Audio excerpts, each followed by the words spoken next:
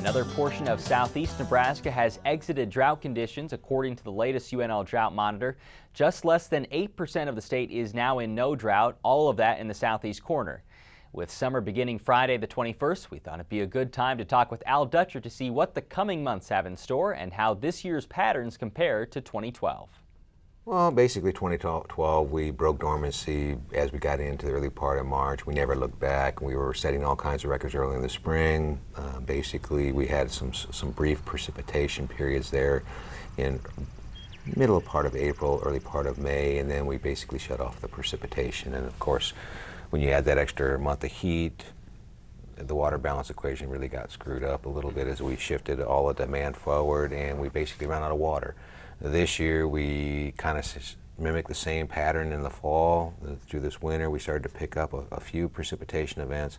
Then we've seen this rather inclement weather build in during April and May, cause some considerable planting delay issues. So kind of the polar opposite of last year in terms of temperatures. Things are delayed about anywhere from 2 weeks to 3 weeks in comparison to normal. And we've been exceptionally wet. In fact, if you look at most locations in eastern Nebraska for the true spring period, which is defined as March, April, May, top 10 coldest, and we were in the top third in terms of wettest. However, the last couple of weeks things have started to dry out, and it is a little bit concerning as we go forward in time. Yeah, there's a big pocket from southeast Nebraska that has no drought conditions whatsoever, but is that something that continues, and does it continue in the western half where there is still that drought condition going on? There is still that drought condition. A lot of that is a reflection not only hydrological features, but it's also a function of a lot of the precipitation was insufficient to get that profile filled up to where it normally should have been. And talking to some of my colleagues as we get prepared for next week's Climate Assessment Response Committee meeting, and this is with the National Weather Service people, there's a real good feeling that we're probably going to see an extended period of hot and dry conditions. And so I would expect— Across the entire state? Across the entire state.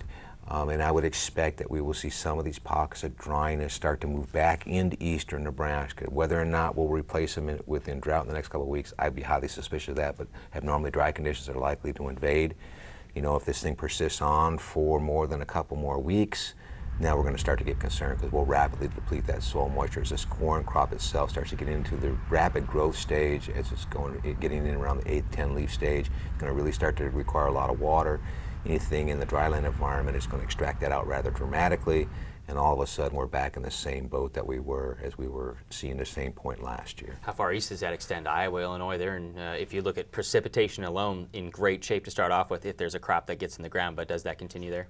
Well, I think that they would be on the front side of that periphery of the ridge that's building in, and so they would probably see periodic thunderstorm activity. They're so far behind, I just don't know whether or not this drying conditions are going to be beneficial to them.